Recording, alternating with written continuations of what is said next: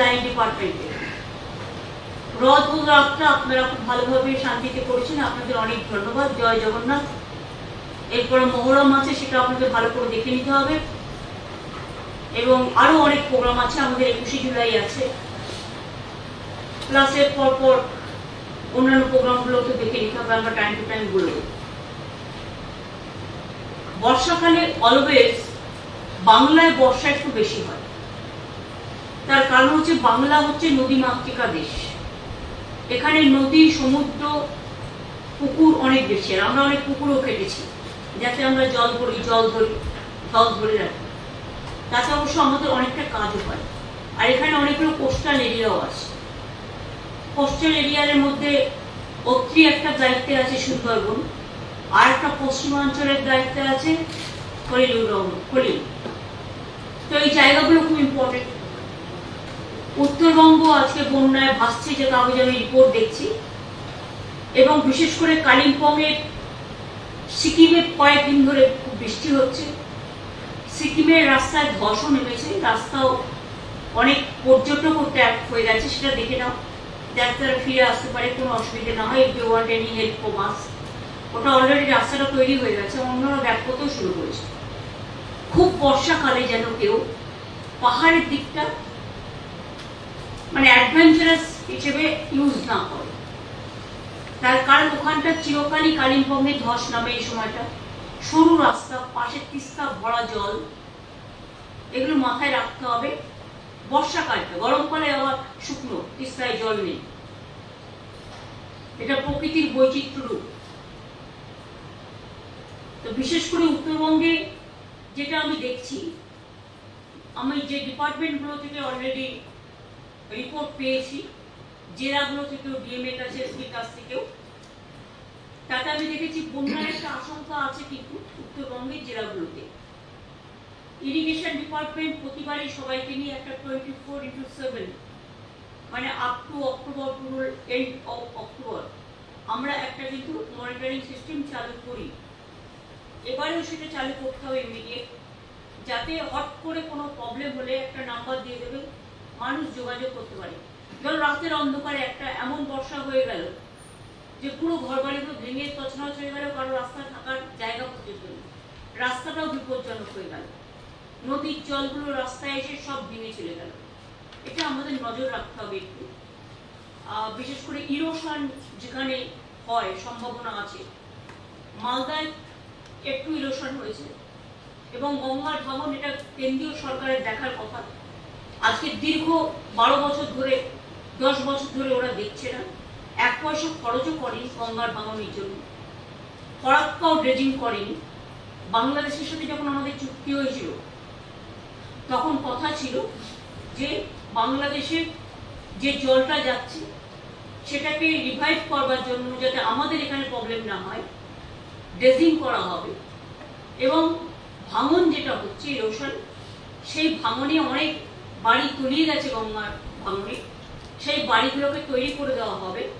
এলাকার উন্নয়নের জন্য একটা 700 কোটি টাকার প্যাকেজ তখন তৈরি হয়েছে, কারণ আমি যখন এমপি ছিলাম আমি ঘটনাটা জানতাম, কিন্তু আজ পর্যন্ত সে টাকা দেয়নি। উপরন্তু আমাদের না জানিয়ে আবার বলছে আবার ফরাক্কা চুক্তি রিনিউ করবে, এবং বিহারও ভেসে যায়।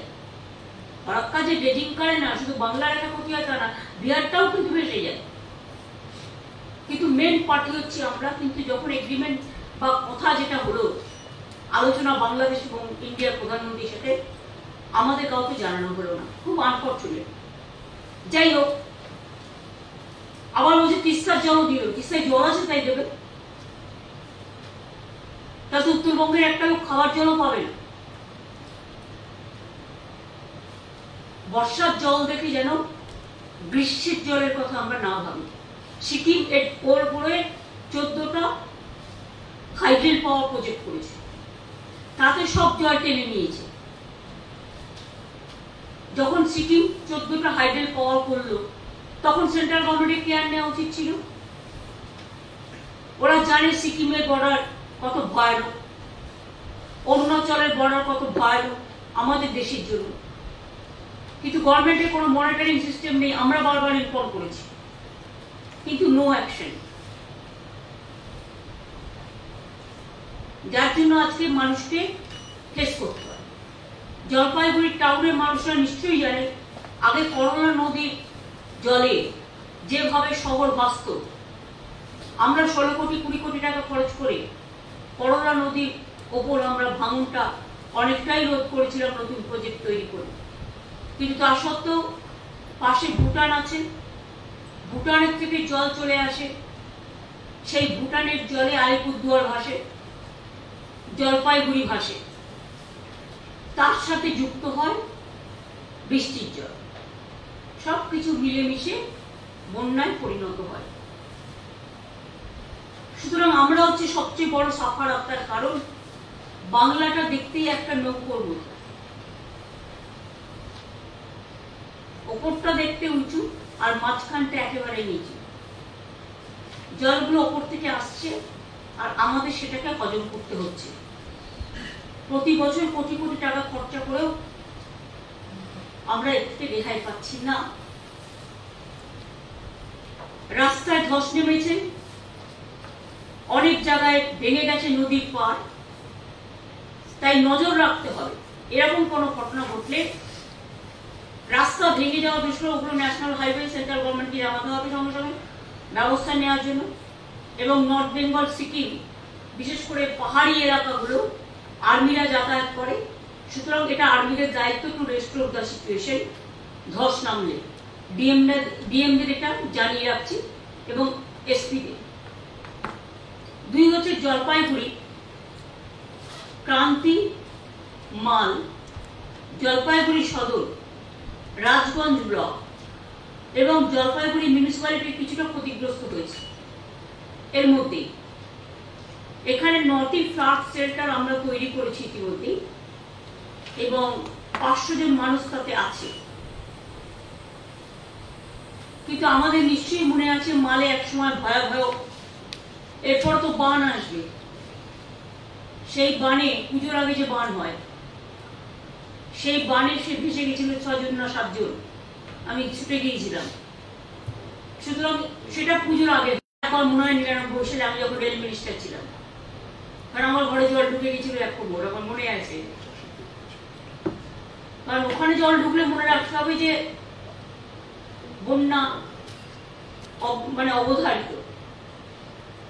আগে একটু বৃষ্টি হলে দক্ষিণ দিনাজপুরেও আমি যেতাম, বারবার দেখতাম বালুরঘাট, গঙ্গারামপুর, কুশমন্ডি, তপন 1 কোমর করে জল জমত।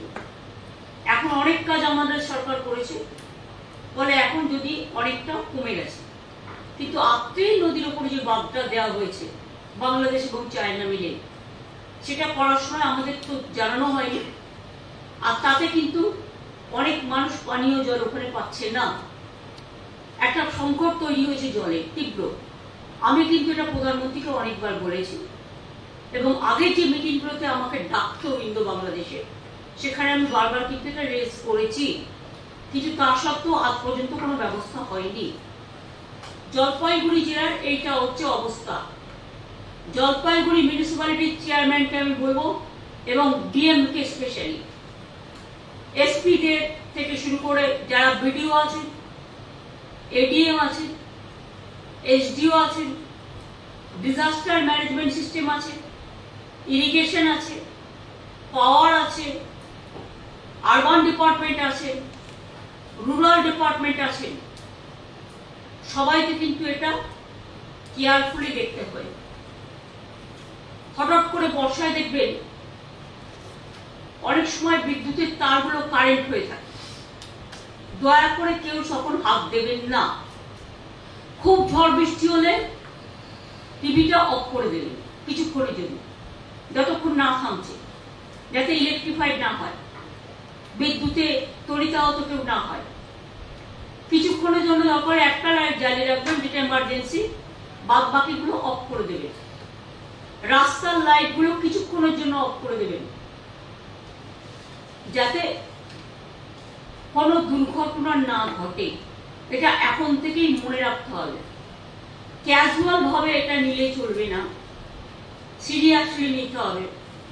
পঞ্চায়েতের থেকেও পঞ্চায়েত এলাকাগুলো ডিএমদের একটা সার্কুলার জারি করে, অনেকে হয়তো জানেই না সিস্টেম, তাদের একটু জানাতে হবে। গাঙ্গেয় অধ্যুষিত অঞ্চল, বন্যার আশঙ্কা থাকে বা জল হলে জল বেড়ে যায়, সেখানে দরকার হলে আগেই আমরা যেমন সেফ শেল্টারে মানুষকে তুলে আনি, তাদের রিলিফ দিই, স্বাস্থ্য দপ্তর তাদের এমার্জেন্সি মেডিসিন দেয় এবং ডিজাস্টার ডিপার্টমেন্ট তাদের ডিজাস্টার কিট দেয়, চাল থেকে শুরু করে সবকিছু দেওয়া হয়। এবং টিপ্পল একটা দিলে হবে না, টিপ্পল 2-3টে করে দিতে হয়। সাথে খাবারটাও যতদিন পর্যন্ত সে ঘরে ফিরতে না পারছে বা ঘরে থাকার মতো উপযুক্ত না হচ্ছে, তাকে কিন্তু একটা রিলিফের প্যাকেজ দেওয়া হয়। যদিও এখানে 5 কেজি চাল তারা পায় মাসে বিনা পয়সায়, তা সত্ত্বেও একটা রিলিফের প্যাকেজ দেওয়া হয়। কোচবিহার জেলায় তুফানগঞ্জ, মাথাভাঙা ইতিমধ্যেই ক্ষতিগ্রস্ত হয়েছে ডিভিশন, তুফানগঞ্জ এবং মাথাভাঙা সাব ডিভিশন। এখানে 12টি রিলিফ সেন্টার ও 6টি কিচেন চলছে। রিলিফ সেন্টারে প্রায় 500-600 লোক আছে। আমি একবার কুচবিহারে গিয়ে পড়েছিলাম অ্যাডমিনিস্ট্রেটিভ রিভিউ মিটিং করতে বর্ষার সময়। আমি দেখেছিলাম ওখানে টাউনের ওপরে প্রায় 1 হাঁটু করে জল জমে যাচ্ছে। সুতরাং এই সময়টা যেহেতু হেরিটেজ টাউন ওটা আমরা ডিক্লেয়ার করেছি, কাজটাও ত্বরান্বিত করতে হবে। এই কাজগুলো সবই দেখতে হবে। যখন আমরা হেরিটেজ টাউন করছি, একটা মোটা টাকা দিচ্ছি, সেখানে রাস্তাগুলো উঁচু করা, দেখে নেওয়া, রিপেয়ার করা, ইরিগেশনটাকে ভালো করে দেখে নেওয়া। ইরিগেশনের তো অনেক বেশি কাজ, কারণ যেহেতু এমব্যাঙ্কমেন্টের ক্ষতি সবচেয়ে বেশি হয়। এখন থেকে একটা কোঅর্ডিনেশন বিভিন্ন ডিপার্টমেন্টের সাথে করে, যাতে দেখে নেওয়া কোনো রকম অসুবিধা না হচ্ছে, ডিএমরাও একটা লোকালি সার্ভে করে নেবে। এবং আমরা যেমন এখানে 24/7 একটা ডিজাস্টার মানে এই ফ্লাড কন্ট্রোল সিচুয়েশন বা ডিজাস্টার ম্যানেজমেন্ট সিস্টেমে আমরা করছি, ডিজাস্টার ম্যানেজমেন্ট থেকে শুরু করা হয় সবাইকে দিয়ে, তেমনি জেলাগুলোও ডিস্ট্রিক্ট ম্যাজিস্ট্রেটের আন্ডারে আর লাইন ডিপার্টমেন্টের সকলকে নিয়ে একটা 24/7 একটা প্রোগ্রাম করবেন, যাতে কোনো জায়গায় কোনো ঘটনা ঘটলে সঙ্গে সঙ্গে বিডিও বা পঞ্চায়েত মারফত আপনারা খবরটা পেতে পারেন বা মিউনিসিপ্যালিটি মারফত। সেন্ট্রালে যেমন 2-3টে নাম্বার থাকবে, ডিস্ট্রিক্টেও 2-3টে নাম্বার থাকবে, একটা নাম্বার না পেলে আরেকটা। আর এখানে শিফটিং ডিউটি করে দেওয়া হবে, 8 ঘন্টা করে সার্ভিস করবে। যারা নাইট ডিউটি করবে তারা ডে ডিউটি করবেন, 7 দিন কেউ ডে ডিউটি করলে তো 7 দিন কেউ নাইট ডিউটি করবে, যে যেটা প্রেফার করবে, এটা আপনারা দেখে নেবেন। এখন ছুটি এই যতক্ষণ পর্যন্ত পুজো না চলছে, বাইরে যাওয়ার ছুটি এবং অন্যান্য ছুটি, এমনি যে ছুটিগুলো ন্যাচারাল এতে পড়ে সেগুলোর কথা আমি বলছি না। এমার্জেন্সিতে যদি এমার্জেন্সি লাইক সিচুয়েশন হয়, তাহলে কিন্তু সব ছুটিটাই ক্যান্সেল হয়। তার পরিবর্তে তারা অ্যাডজাস্ট করে অন্য সময়, সেটা দেখে রাখতে হবে। আলিপুরদুয়ারে অবশ্য এই মুহূর্তে এমবাঙ্কমেন্টের কোনো যে ক্ষতি হয়েছে একটা, সেটাও সারানো হচ্ছে। কালিম্পংয়ের সিচুয়েশন নর্মাল। 10 নম্বর জাতীয় সড়কে ধস নেমেছে, NHAI এবং পিডব্লিউডি তারা রিপেয়ার করছে, কিন্তু রিপেয়ার করার দায়িত্বটা পিডব্লিউডি নয়, পিডব্লিউডির মনিটরিং করার দায়িত্ব এবং রিপেয়ার করার দায়িত্ব NHAI। এখানে টাকা করোনাথিং তোমরা খরচা করবে না। এই টাকাটা আমরা করি না, আমরা পিডব্লিউডি। যাই হোক, তোমাকে আমি বলে রাখলাম, তোমরা মনিটরিংটা করবে, কারণ এটা আসলে এটা আর্মি ব্যাপার আছে, মনে রাখবে। ওখানে টোটালটাই আর্মি বেসড। দার্জিলিং সিচুয়েশন এখনো পর্যন্ত নর্মাল আছে, ওখানেও কিছু জায়গায় ধস নামলে ওখানেও আর্মি বেসড। ওদেরকে ইনফরমেশনটা দিতে হবে যাতে ওরা রিপেয়ারটা চটপট করে, আর জিটিএকেও কনসাল্ট করে নেবে। উত্তর দিনাজপুরে এই প্রবলেমটা এখনো পর্যন্ত কিছু নেই, সিচুয়েশন নর্মাল। দক্ষিণ দিনাজপুরের সিচুয়েশন এখনো নর্মাল, কিন্তু পুনর্নভা নদী বিপদসীমার উপর বইছে, পুনর্ভবা যেটা। সুতরাং আমার মনে হয় এটা বিপদসীমার উপর বইলে কোন জায়গাগুলো এফেক্টেড হতে পারে, সেখানে আশেপাশে বাড়িঘর আছে কিনা সেটা দেখে নিতে হবে, এবং পাবলিককে দরকার হলে সরিয়ে আনতে হবে। সেই সেন্টারগুলো ডিএমএসপিদের কথা বলে এখন থেকে নজর রাখতে হবে। আমরা একটা সিস্টেম করে দিয়েছিলাম, একটা মেকানিজম, যদি দেখেন বেশি ঝড় জল হচ্ছে, হয়তো ডিবিসি যখন তখন জল ছেড়ে দেয়, আগে না জানিয়ে ছাড়তো, এখন আমরা বলে দিয়েছি আমাদের না জানিয়ে ছাড়া যাবে না। এবং অনেক কাজ জল ধরতে অনেকটা আমরা সেভ করতেও পেরেছি। তা সত্ত্বেও দুর্ভাগ্যবশত আমাদের খানাকুল ভাসে, আরামবাগ ভাসে, গোঘাট ভাসে, হাওড়ায় উদয়নারায়ণপুর আমতা কিছুটা ভাসে, মিদনাপুর কিছুটা ভাসে, ঝাড়গ্রাম কিছুটা ভাসে, মুকুটমণিপুর ড্যাম থেকে জল ছাড়লে বাঁকুড়া কিছুটা ভাসে, আর ডিবিসির জলে হঠাৎ করে জল ছেড়ে দেওয়ার ফলে দুর্গাপুর থেকে শুরু করে বীরভূম অনেকটাই ভাসে, বর্ধমানের কিছুটা। এটা মাথায় রাখতে হবে। সুতরাং ডিবিসি জল কতটা ছাড়বে, কি ছাড়বে, এটা আমাকে প্রতিদিন রিপোর্ট দিতে হবে, এবং ইনফরমেশন দিয়ে কনসাল্ট করে তবেই আমরা অ্যালাউ করব। একবারে যদি 100 ছাড়ে সবটাই ডুবে যায়, মানুষ মরে যায়। আগে তাই হতো, কেউ দেখাচ্ছিল না। কিন্তু 10-10 করে যদি ছাড়তে শুরু করে, তখন রেখে দিলাম বাদে, আমার যতক্ষণ না ফুরোচ্ছে ততক্ষণ আমি ছাড়ছি না। আর যেই ফুরিয়ে যাচ্ছে, হজম করতে হচ্ছে, বদ হজমটা বাংলাতে করতে হচ্ছে। এটাও তো ঠিক নয়, তারও একটা সিস্টেম করতে হবে। সে যখনই দেখবে তার 75 to 80% ভরে যাচ্ছে, তখন থেকে যদি অল্প অল্প কিছু ছাড়ে, তাহলে কিন্তু প্রবলেমটা হয় না। কিন্তু প্রবলেমটা হয় তার কারণ ওরা একদিনও ড্রেজিং করে না। ডিবিসি এখনো পর্যন্ত যদি ড্রেজিংটা করে সেন্ট্রাল গভর্নমেন্ট, 2 লক্ষ কিউসেক মেট্রিক টন জল এখনো ডিবিসি জলাধারে থাকতে পারে, যেটা আমি 5-6 বছর ধরে শুনে আসছি। কিন্তু ওরা ড্রেজিং করছে না, ফলে প্রবলেমটা আমাদের ঘাড়ে আসছে।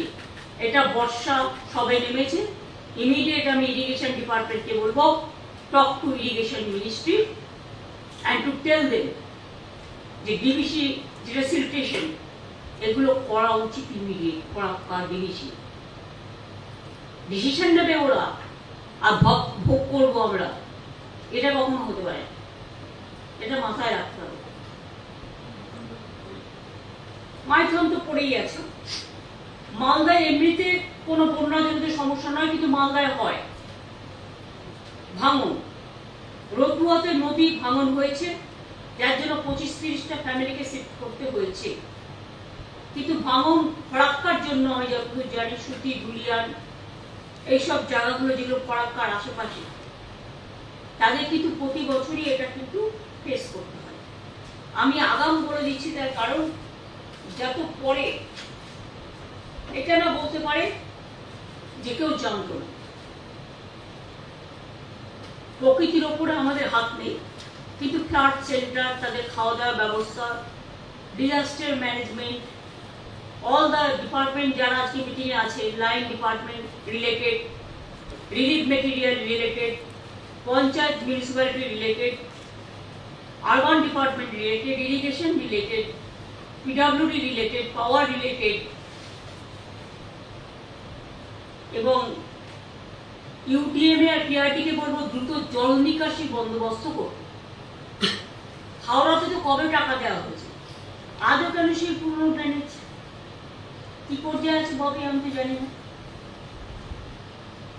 হাওড়া একটা যদি মাস্টার প্ল্যান করা হয়েছিল, কিন্তু আমরা ওটা সেন্ট্রালে পাঠিয়েছিলাম, এখনো এটা ডিসিশন হয়নি, প্রায় 3 বছর ধরে ওটা পড়ে আছে। আমরা এবার এখানে ড্রেজিং করে এই হাওড়ার যেগুলো বেশি জল জন্য সেগুলোকে পরিষ্কার করে দিয়েছি। একটা সমস্যা রেলের সাথে, ম্যাক্সিমাম হাওড়া যেটা আছে রেলের সাথে একটা বড় সমস্যা আছে। ওরা ওর এলাকাটার ভেতরটা ড্রেজিং করতে কিছুতেই দেয় না। রেলকে বলতে হবে, তাহলে জল জমলে রেলকে নিকাশি ব্যবস্থা করতে হবে। রেল যখন এখান থেকে একটা বড় টাকা ইনকাম করে নেয়, মানুষের পকেট তো কম কাটে না। আমরাও যেমন তাদের সেফটি সিকিউরিটি পরিষেবা যখন যা চায় তখন তাই দিই। তাহলে রেল এলাকায় যদি জল জমে, তা রেলওয়ে কেন নিকাশি ব্যবস্থা করবেন না? আমি চিফ সেক্রেটারিকে বলবো, আরবান মিনিস্ট্রিকে নিয়ে, আরবান ডিপার্টমেন্টকে নিয়ে ইমিডিয়েট রেলদের ডেকে, বিশেষ করে eastern railway, south eastern railway and Northern railway এবং মেট্রোরও যেখানে যেখানে কাজ হচ্ছে, ওদের ময়লা পড়ে থাকার ফলে, বালি ইট এসব পড়ে থাকার ফলে, আবর্জনা পড়ে থাকার ফলে ড্রেনগুলো বন্ধ হয়ে যাচ্ছে। সেই জায়গাগুলো ইমিডিয়েট লোক লাগিয়ে ক্লিয়ার করবে। এটা ওরা করে না। এরপরে জল জমে থাকলে ডেঙ্গু হবে, আবার তখন আবার চিৎকার করতে শুরু করবে। নিজেদের এলাকাগুলোকে তো পরিষ্কার রাখতে হবে নাকি? এই কাজটুকুও করবে না। সুতরাং এটা যে যে ডিপার্টমেন্ট ওরিয়েন্টেড তাদের নিয়ে কথা বলো ইমিডিয়েট। চিফ সেক্রেটারি বসেছে, কিন্তু কাজের কাজ কি হয়েছে? আমি চেয়েছি কাজের কাজ 4 থেকে ডাকো, 3টে ডিভিশন, এই 3টে জোন এবং মেট্রো জোন, 4টে জোনকে নিয়ে। আমিও গভীর একটা দেখতে পাচ্ছি, যেমন ধর আলিপুরে তোরা রাস্তাটা রং করছি জেলের ওখানটায়, রংটা আমি বলবো অলওয়েজ, যে যখন পিডব্লিউডি হোক, ইরিগেশন হোক, যেই হোক, যখনই তোমরা কোনো কালার স্কিম, স্কাই যেটা স্টেটের কালার, স্কাই হোয়াইট মিলিয়ে করো, এটা প্লাস্টিক কালার করতে। তার কারণ শুধু চুনকাম করে দিলাম জল দিয়ে, 7 দিন বাদে বৃষ্টির ছোটাই সেটা নষ্ট হয়ে যাচ্ছে, টাকাও যাচ্ছে জলে, কাজও পাচ্ছি না। এটা এখন থেকে আমি বলে দিলাম, it is a compulsory instruction.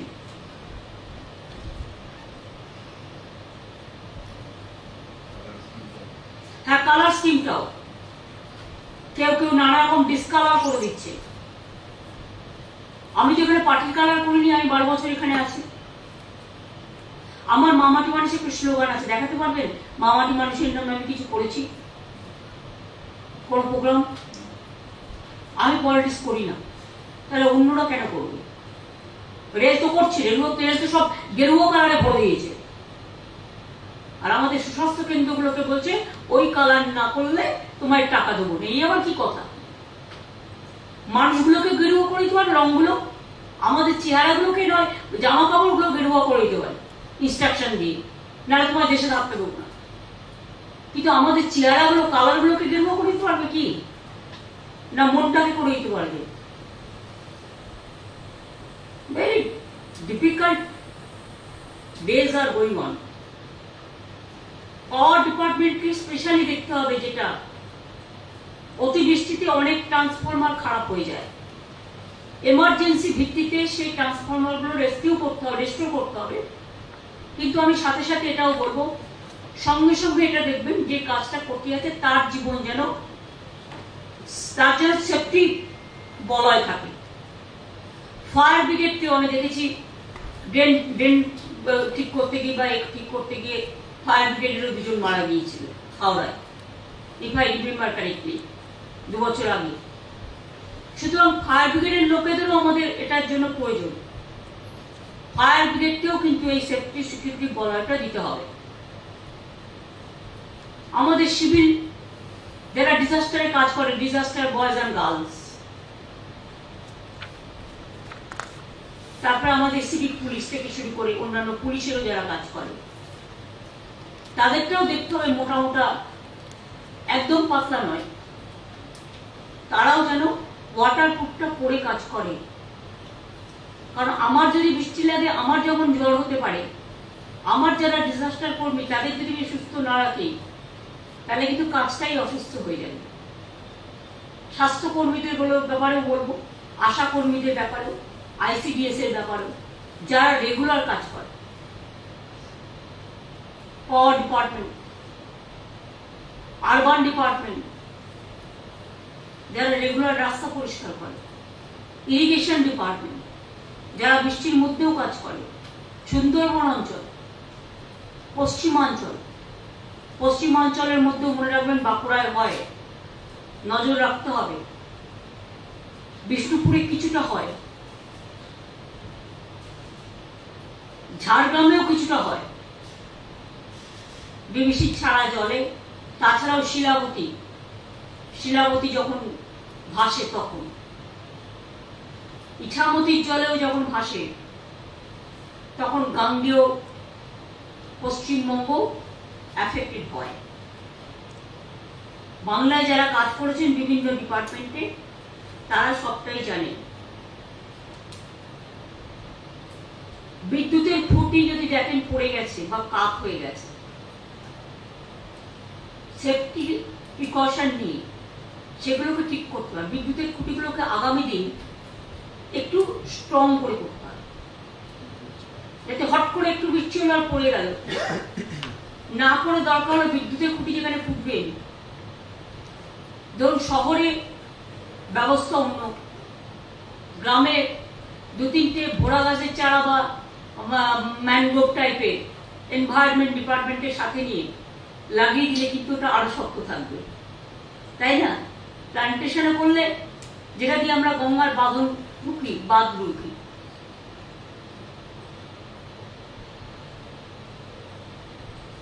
এগুলো হচ্ছে প্রকৃতির হাত থেকে প্রকৃতিকে রক্ষা করে, মানুষকে রক্ষা করে। কিন্তু এটা তো কলকাতায় হবে না, কলকাতার সিস্টেম অন্যরকম করতে হবে। সিএসসির সাথেও কথা বলে নাও, এই সুযোগে ওরা দাম বাড়িয়ে দিয়েছে, পয়সা শুনলাম, আমি জানতাম না, আমাদের কাছে কোনো ইনফরমেশন নেই। পাওয়ার ডিপার্টমেন্টেও আমি শুনেছি কোনো ইনফরমেশন নেই। যাই হোক, আমরা পশ্চিমবঙ্গ বিদ্যুৎ পর্ষদ আমরা বাড়াইনি। এমনিতে জিনিসপত্রের দাম আকাশ ছোঁয়া, অ্যাটলিস্ট একটু তো কথা বলে নেবে, এটুকু আমরা আশা করি, এটা প্রত্যাশা। ট্রান্সপোর্ট ডিপার্টমেন্টকে বলবো, অনেক রাস্তা আটকে আছে, স্বাভাবিকভাবে ট্রাফিক জ্যাম হচ্ছে তার ফলে। আপনারা ট্রান্সপোর্ট ডিপার্টমেন্ট খুব আস্তে চলে, আপনাদের উচিত গাড়ি চালিয়ে যদি গাড়ি ছেড়ে দিয়ে সাইকেলে চলা বা 11 নম্বর গাড়ি ইউজ করা, মানে পা। ট্রান্সপোর্ট ডিপার্টমেন্টকে যে সিরিয়াসলি ট্যাকেল করা উচিত সেটা হচ্ছে না।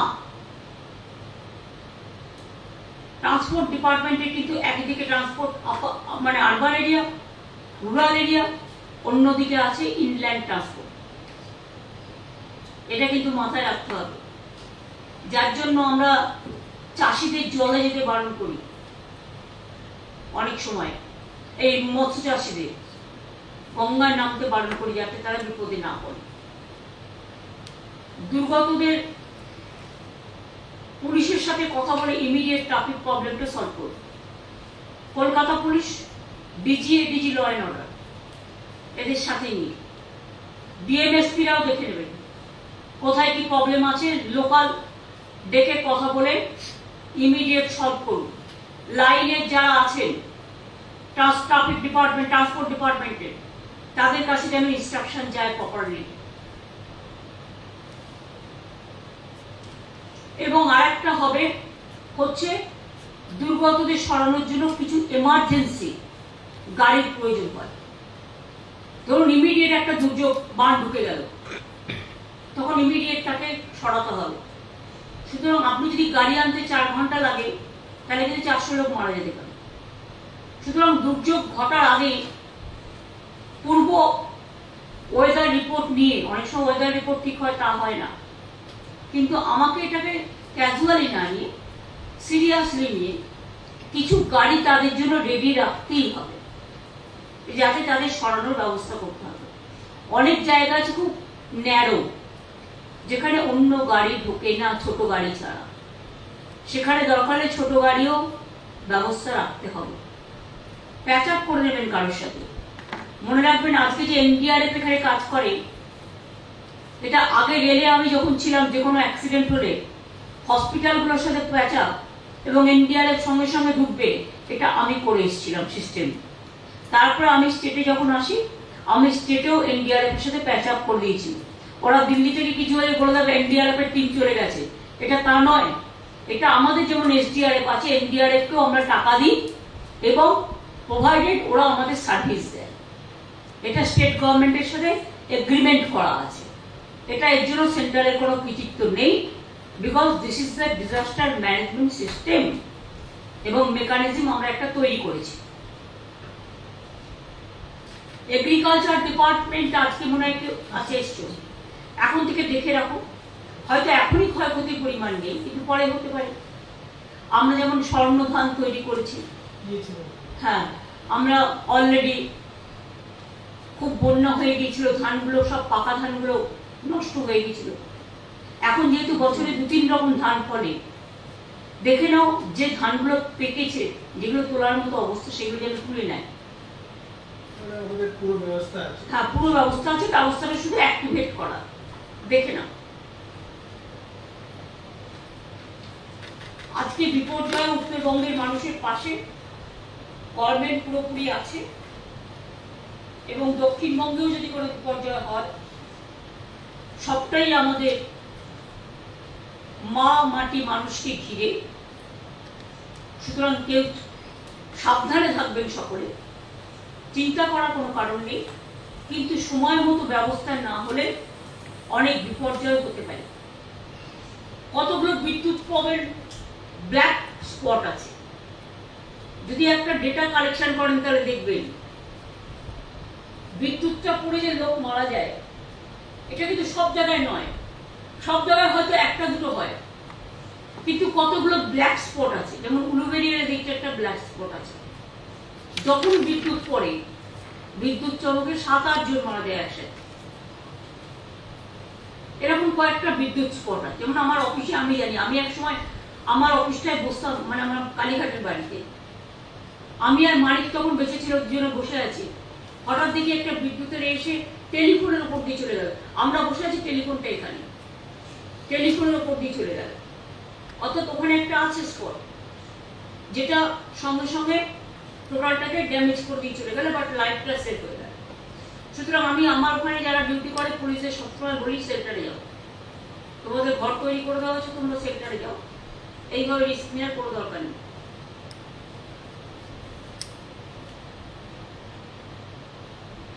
প্রত্যেক মানুষের জীবনেরই দাম আছে, এবং আজকে থেকে মনে হয় সেভ ড্রাইভ সেভ লাইফ পুলিশের প্রোগ্রাম আছে।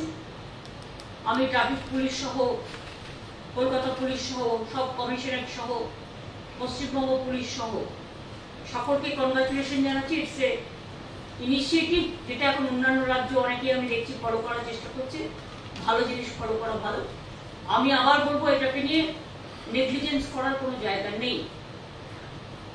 অ্যাক্সিডেন্ট সবচেয়ে বেশি ঘটে বর্ষাকালে, আর 2 হচ্ছে যখন কুয়াশা পড়ে, রাতের অন্ধকারে জোর করে গাড়ি চালাতে গিয়ে। আমি বারবার বলি যে যেগুলো ব্ল্যাক স্পট অ্যাক্সিডেন্টের, সেখানে একটা করে চিহ্ন দিয়ে দেওয়া। ওই যে প্লাস্টিকে তোমরা এখন হলুদ লাগাচ্ছ একটা কিছু, যে চিহ্নটা লোকের চোখে পড়বে, ড্রাইভ স্লো, একটা করে বোর্ড লাগিয়ে দাও। প্রতিবল কেন বলতে হয়? এই সিস্টেমটা তো কন্টিনিউ করবে। এমনকি আমার ওখানে একটা ট্রাম লাইন আছে, আমি দেখছি ট্রাম চলে না দীর্ঘদিন। ট্রাম লাইন হেরিটেজ ঠিক আছে, আমরা তো রেখে দিয়েছি, ট্রাম তো হাত দিইনি, কিন্তু আলিপুরের মোড় থেকে, খিদিরপুরের মোড় থেকে মনে হয়, মোমেন্টপুর মোড় থেকে আর একদম খাজরা মোড় পর্যন্ত একটা লাইন পড়ে আছে, ট্রাম তো চলে না, কিন্তু প্রায় 7-8 জন মারা গেছে প্রতি বছর, 2-3 জন মারা যাচ্ছে, 4-5 জনও মারা গেছে এক বছর। স্কুটার যাচ্ছে, ট্রাম লাইনে স্কিড করে যাচ্ছে, পেছন থেকে গাড়ি এসে মেরে দিচ্ছে। এটা ইমিডিয়েট আমি বলবো, ট্রাম যখন চলেই না, ট্রান্সপোর্ট ডিপার্টমেন্ট এটা তার দায়িত্ব পালন করেনি। আমাকে মানুষ মারার জন্য কোর্টের রায় দেখাচ্ছ? তোমরা কি ঠিক মতো ফাইটটা করেছো না ছেড়ে দিয়েছো? ট্রান্সপোর্ট ডিপার্টমেন্টে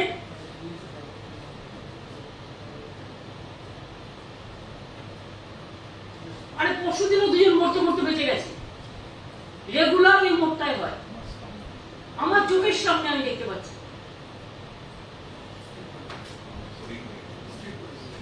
ঠিক করে যাচ্ছে আর গায়ের পেছন থেকে গাড়ি এসে মেরে দিচ্ছে।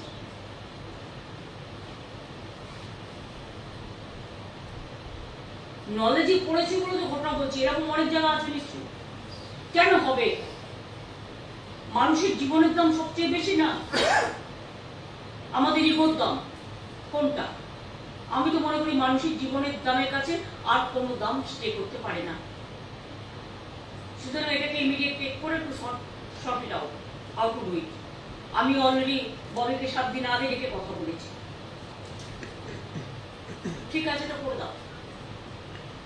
এই পর্যন্তই আজকে ছিল, বাদ বাকি তো আগামীকালও আমাদের মিটিং আছে এই সময় 4:30টার সময়, 4টের সময় 4:30 করবো। বাজার কমিটি নিয়ে মিটিং আছে, প্রাইস হাইক নিয়ে। এই কদিনে প্রাইস হাইক দ্বিগুণ হয়ে গেছে প্রত্যেকটা জিনিস। যাই হোক, সবাইকে ডেকেছি, আমি আজকে এটা আলোচনা করছি না, যেহেতু কালকের সাবজেক্ট কালকে আলোচনা করবো। আমি এটুকু বলে যারা আমাদের সাথে আজকে ভার্চুয়ালি জয়েন করেছেন তাদের সকলকে, জেলাগুলোই হচ্ছেন আমাদের প্রাণকেন্দ্র, জেলা, শহর, গ্রাম, শহর সবকিছু নিয়েই জীবন। কাজে সবাই নিজের মতো কেয়ার নেবেন, মহরমে যেন কোনো দুর্ঘটনা না ঘটে নজর রাখবেন। আমি তো ইতিমধ্যেই পুলিশকে অনেকবার বলেছি যে বাসের ব্যারিকেড করে দেবেন, যাতে ব্যারিকেডের মধ্যে দিয়ে ওরা যেতে পারে, ওদের কোনো অবস্ট্রাকশন না হয়, মানুষের কোনো অবস্ট্রাকশন না হয়। এটা খুব সেন্সিটিভ সাবজেক্ট, এটা দেখে নিতে হবে। জেলাগুলোকেও same rule is to be apply to the district also. মানুষ দেখে নাও, কমিশনারগুলোকেও বলে দাও। উল্টো রাত আছে আবার নেক্সট স্যাটারডে না সানডে, উল্টো রাত আছে।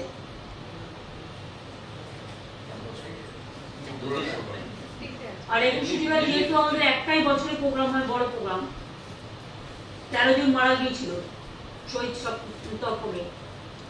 আমাদের অনেক গাড়ি ঘোড়া আসবে, লোকজন আসবে, পুলিশ যেন দেখে কোনো অ্যাক্সিডেন্ট যেন না। যদি কেউ জোরে চালায় প্রসাস করুন, যে স্লো ড্রাইভ স্লো।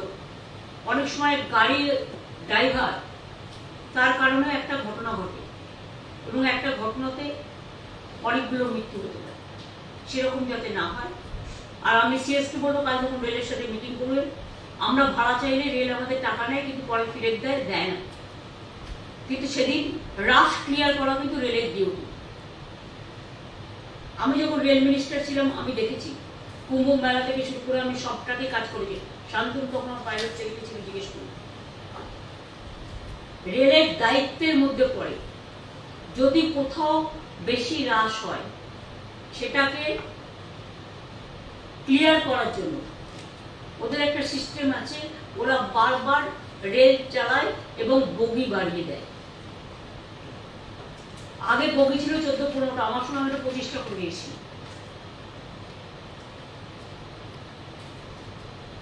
সুতরাং তুমি আমাদের ভাড়া যখন দিচ্ছ না, তখন উত্তরবঙ্গের বিভিন্ন জায়গা থেকে লোক আসবে, মানুষের যাতে কোনো হ্যারাসমেন্ট না হয়।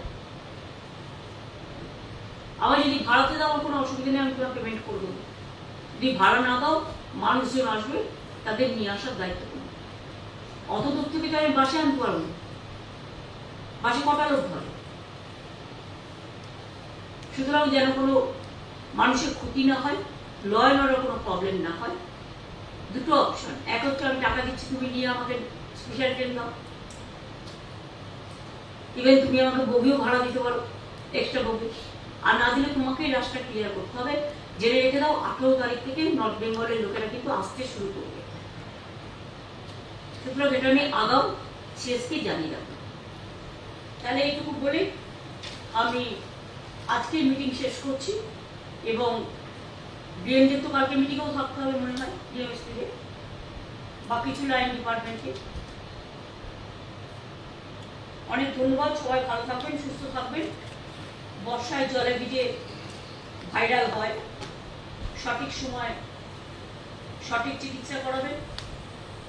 আর যদি হেলথ ডিপার্টমেন্টের কাছে সেরকম কোনো ইনফরমেশন থাকে, তারাও টাইম টু টাইম পশু পক্ষী থেকে শুরু করে মানুষ সবটাই দেখে। বিআরডি ডিপার্টমেন্ট তো আছে এখানে, না বিবিএফ নেই এখানে,